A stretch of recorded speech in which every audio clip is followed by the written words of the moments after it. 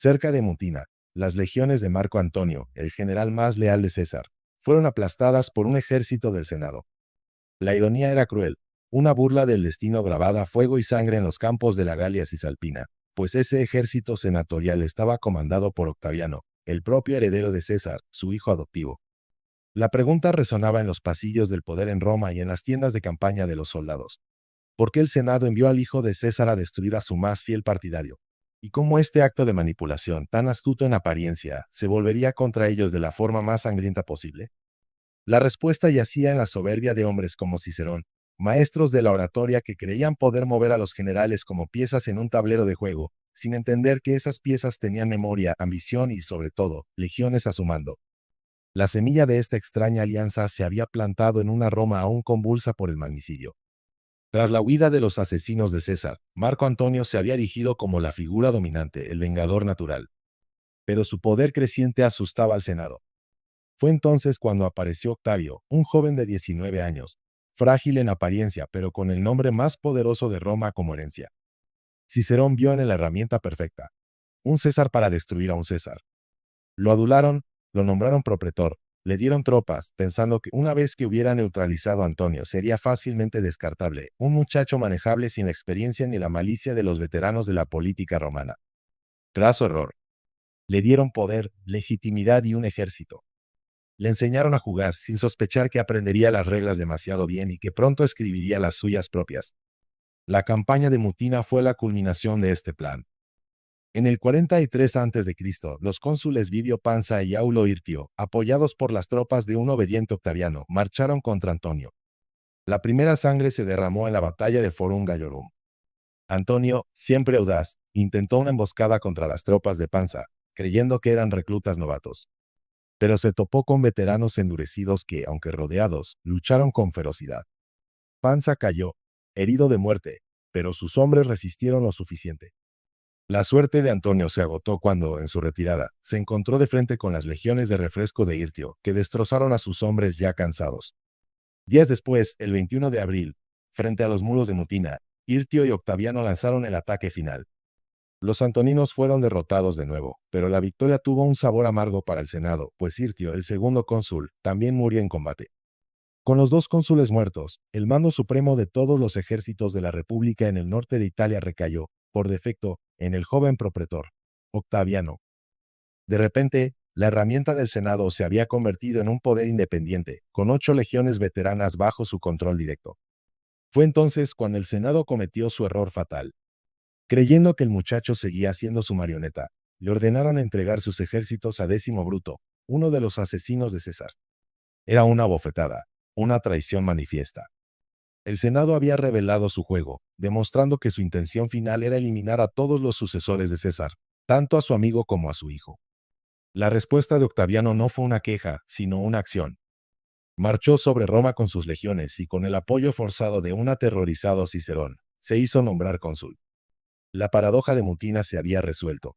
El Senado no había logrado que los cesarianos se destruyeran entre sí, sino que los había convencido de que su único enemigo común era la propia república que pretendían servir. La Tercera Guerra Civil Romana no había hecho más que empezar de verdad.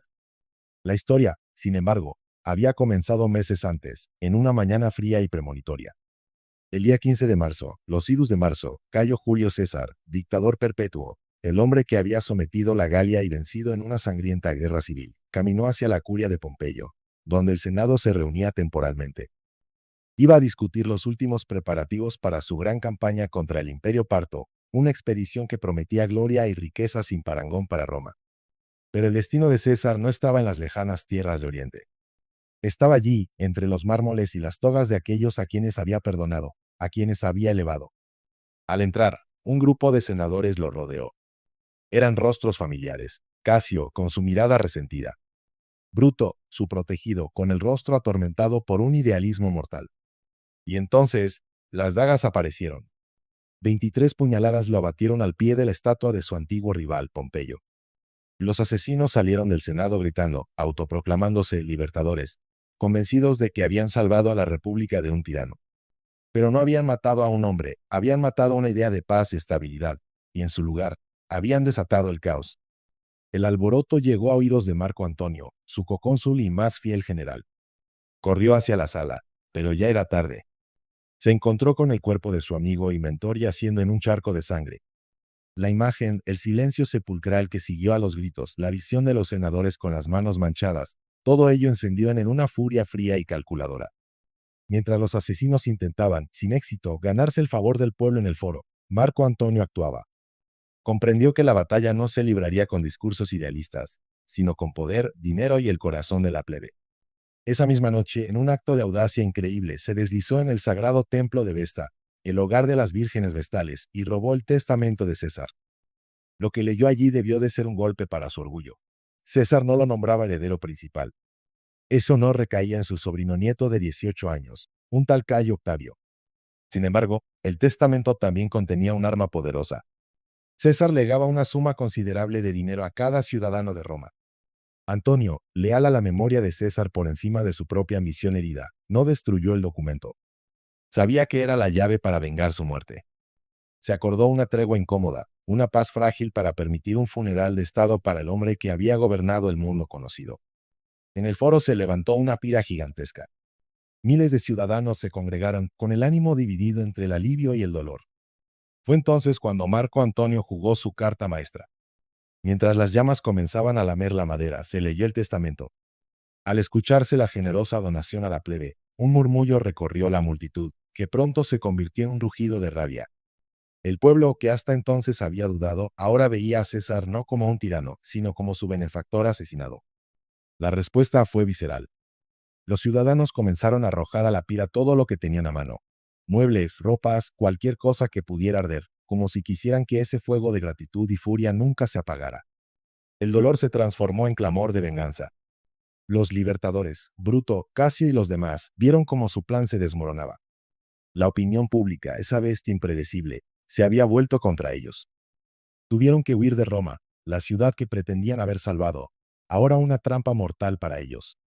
Fue en ese vacío de poder cuando llegó Octavio, un joven desconocido para la mayoría, que desembarcó en Brindisi y reclamó su herencia. Al llegar a la capital, adoptó formalmente el nombre que le pertenecía por testamento, Cayo Julio César Octaviano. A partir de ese momento, dejó de ser un simple sobrino para convertirse en el hijo del divino Julio. Me referiré a él como Octaviano, el nombre que la historia le dio en su ascenso. La llegada de este joven cambió el tablero político. Ya no era solo Marco Antonio contra el Senado. Ahora había un tercer jugador, uno con el nombre más resonante de Roma y con una determinación de hielo. La guerra que se avecinaba sería más compleja y sangrienta de lo que nadie podía imaginar. Marco Antonio, con la aprobación inicial del Senado para vengar a César, partió con un ejército en persecución de Décimo Bruto, uno de los asesinos que se había hecho fuerte en la Galia Cisalpina. Puso sitio a la ciudad de Mutina, la actual Módena. Pero una vez que Antonio se alejó de Roma, el Senado, bajo la influencia de Cicerón, mostró su verdadera cara. Declararon proscrito a Marco Antonio, su propio general. Lo declararon enemigo de la República. Ahora sí, con los principales partidarios de César enfrentados entre sí por decreto senatorial, la Tercera Guerra Civil Romana había comenzado oficialmente. Fue este escenario el que llevó al choque paradójico en Mutina, donde Octaviano, el hijo, derrotó al amigo para el regocijo temporal de un Senado que había sellado su propio destino. La victoria pírrica del Senado en Mutina, con sus dos cónsules muertos y un ejército formidable en manos de un joven impredecible, generó una onda de pánico en la curia. La decisión de transferir las legiones de Octaviano a Décimo Bruto fue el catalizador de una nueva y terrible fase del conflicto. Octaviano, sintiéndose traicionado pero actuando con una madurez política que desmentía su edad, no se enfrentó al Senado. En su lugar, regresó a Roma no como un suplicante, sino como un conquistador silencioso. Sus 8 legiones acamparon a las puertas de la ciudad, un argumento irrefutable.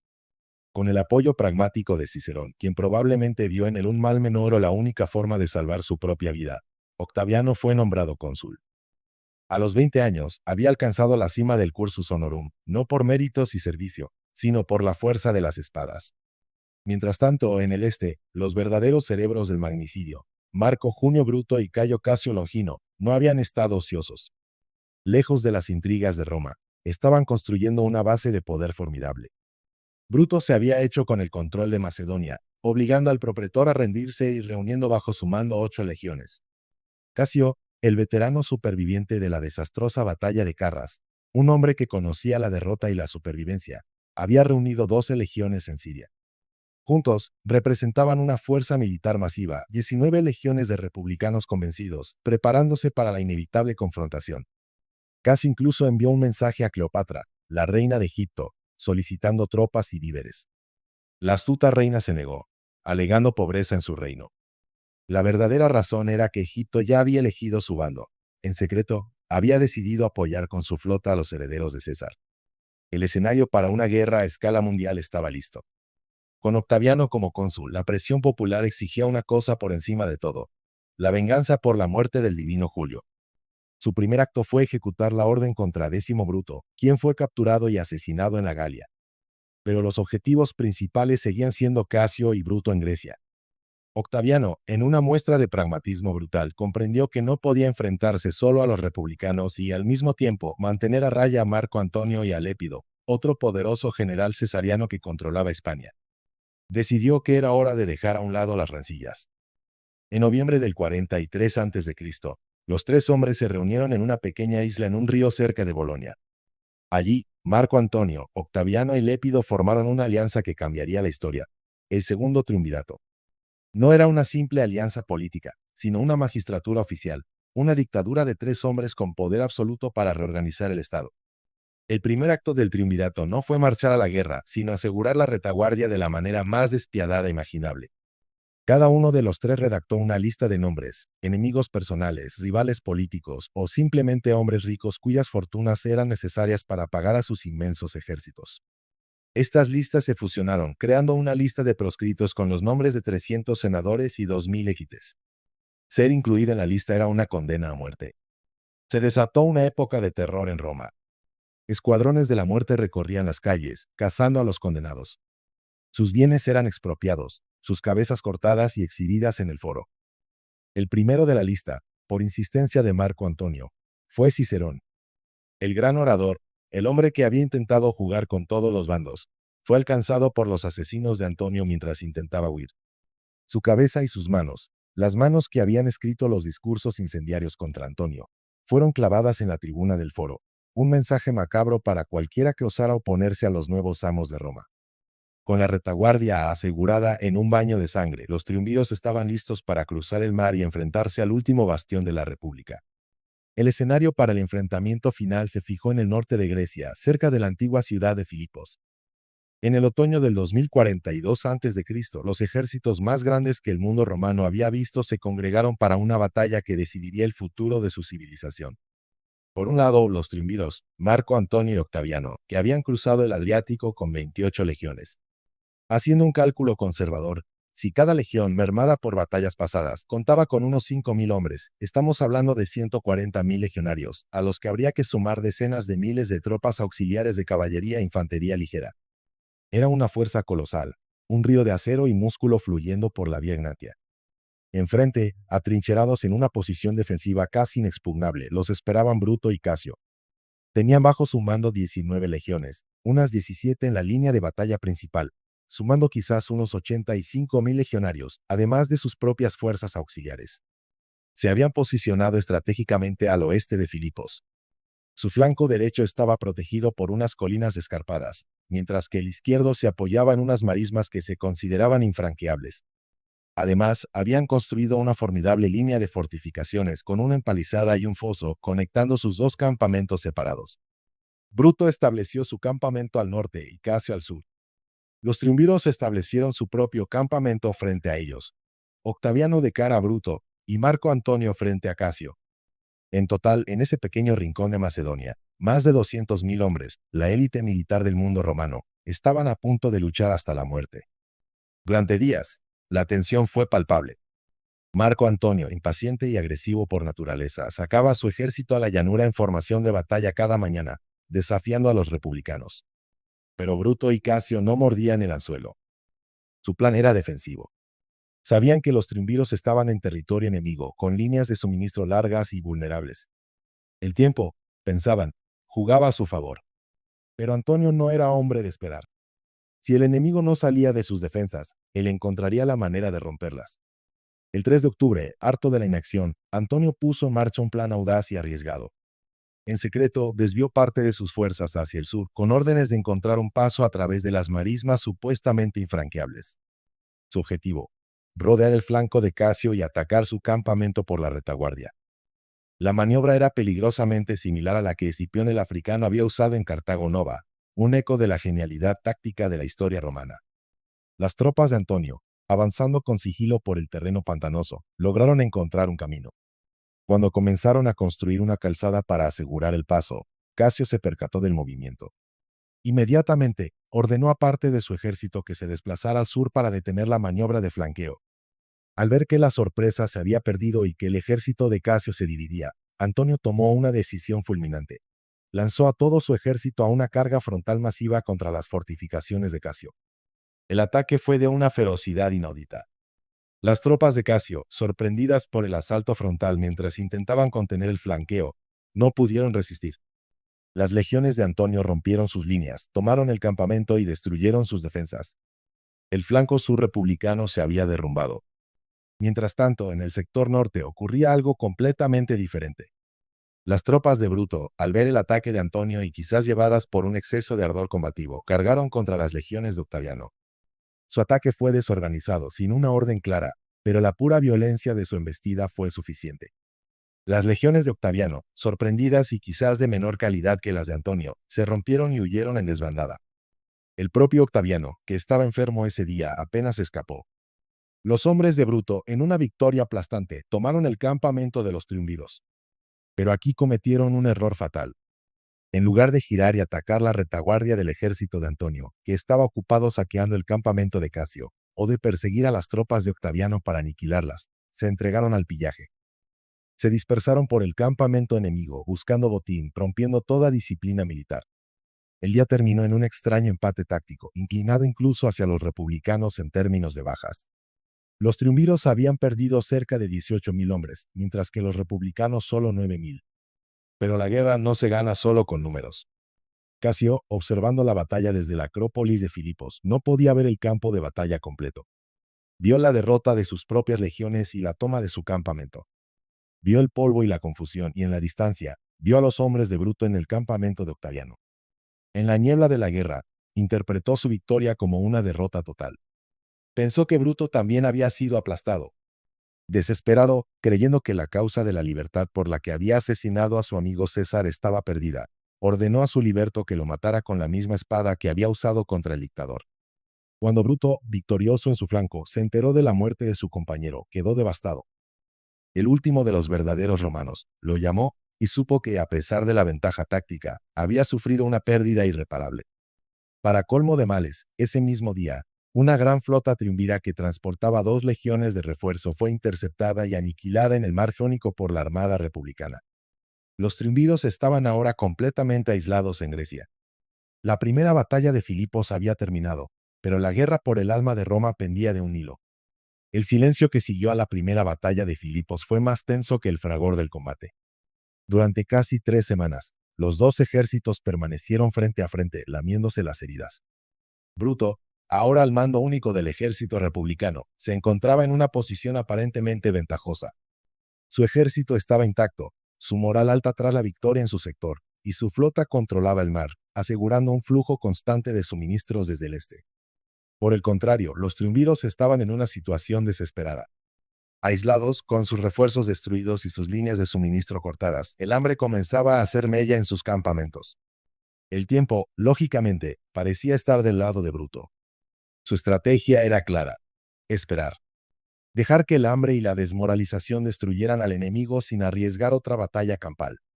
Pero la lógica militar no siempre tiene en cuenta la psicología de los soldados. Marco Antonio y Octaviano, acorralados, recurrieron a la única arma que les quedaba: las promesas. Prometieron a sus hombres cantidades ingentes de dinero y tierra si lograban la victoria final. Estas promesas, susurradas por el viento a través de la tierra de nadie, llegaron a oídos de los hombres de Bruto. Eran soldados, al fin y al cabo, y muchos habían servido bajo el mando de César. La lealtad a la idea de la república era fuerte en Bruto, pero en sus legionarios, la lealtad al oro y a una jubilación próspera era, quizás, más fuerte. Peor aún, los aliados orientales que Bruto había reunido, reyes y príncipes locales, comenzaron a dudar. Vieron la determinación de los triunviros y la pasividad de Bruto, y comenzaron a desertar, pasándose al bando que parecía tener más probabilidades de ganar a largo plazo. La posición de Bruto se erosionaba día a día. Sus oficiales lo presionaban para que presentara batalla antes de que su ejército se desintegrara por las deserciones.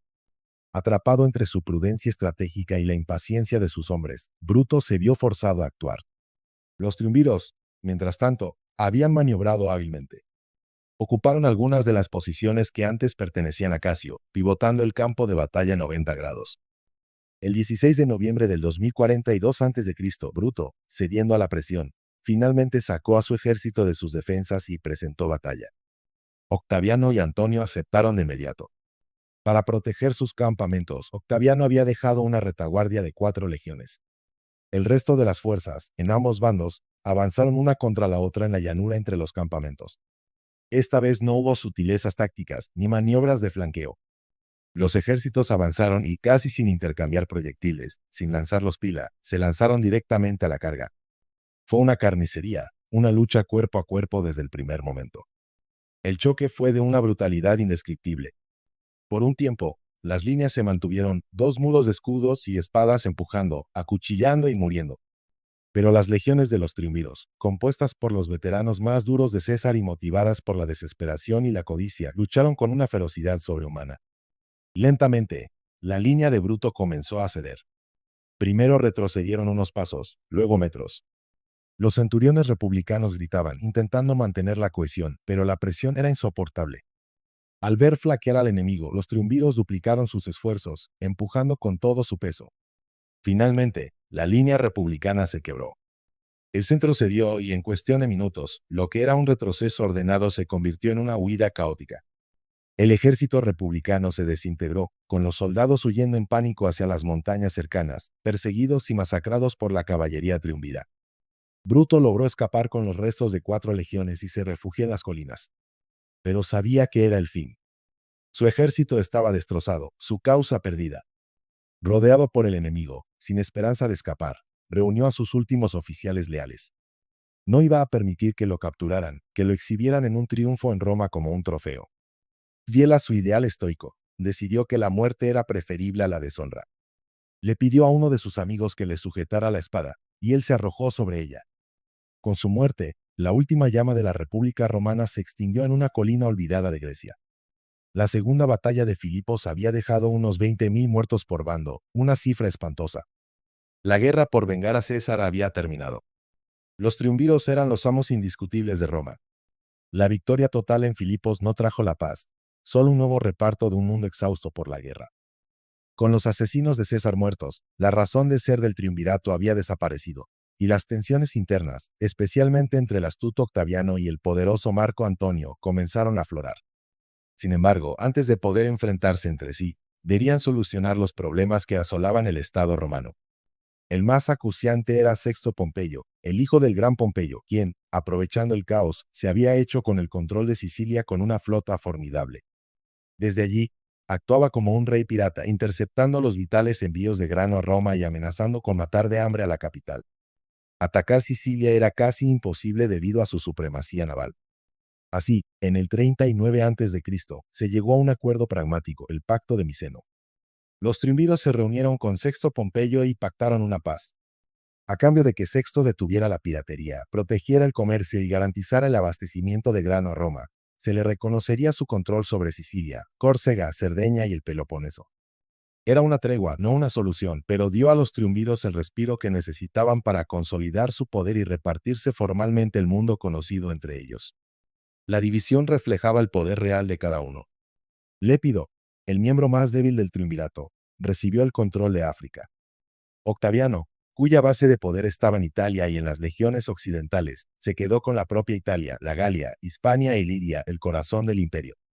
Y Marco Antonio, atraído por la riqueza, la cultura y las oportunidades militares de Oriente, asumió el control de todas las provincias orientales, desde Grecia hasta la frontera con Partia. Con esta división, la Tercera Guerra Civil Romana había finalizado oficialmente. La república, por la que Bruto y Casio habían matado y muerto, era ya un fantasma. El poder ya no residía en el Senado y el pueblo de Roma, sino en las manos de tres señores de la guerra que gobernaban sus respectivos dominios como monarcas. Se había cerrado un capítulo sangriento de la historia de Roma, uno que comenzó con 23 puñaladas en el suelo del Senado y terminó con el suicidio de los últimos republicanos en las colinas de Filipos. Pero la paz era frágil, construida sobre la ambición y la desconfianza. El mundo romano ahora tenía tres amos, pero todos sabían que no era lo suficientemente grande para más de uno. La guerra había terminado, pero la lucha por el poder absoluto apenas entraba en su fase final. La confrontación definitiva, la que enfrentaría al este de Antonio contra el oeste de Octaviano, era solo cuestión de tiempo. El fin de la República había llegado, y el nacimiento del imperio estaba a un solo conflicto de distancia.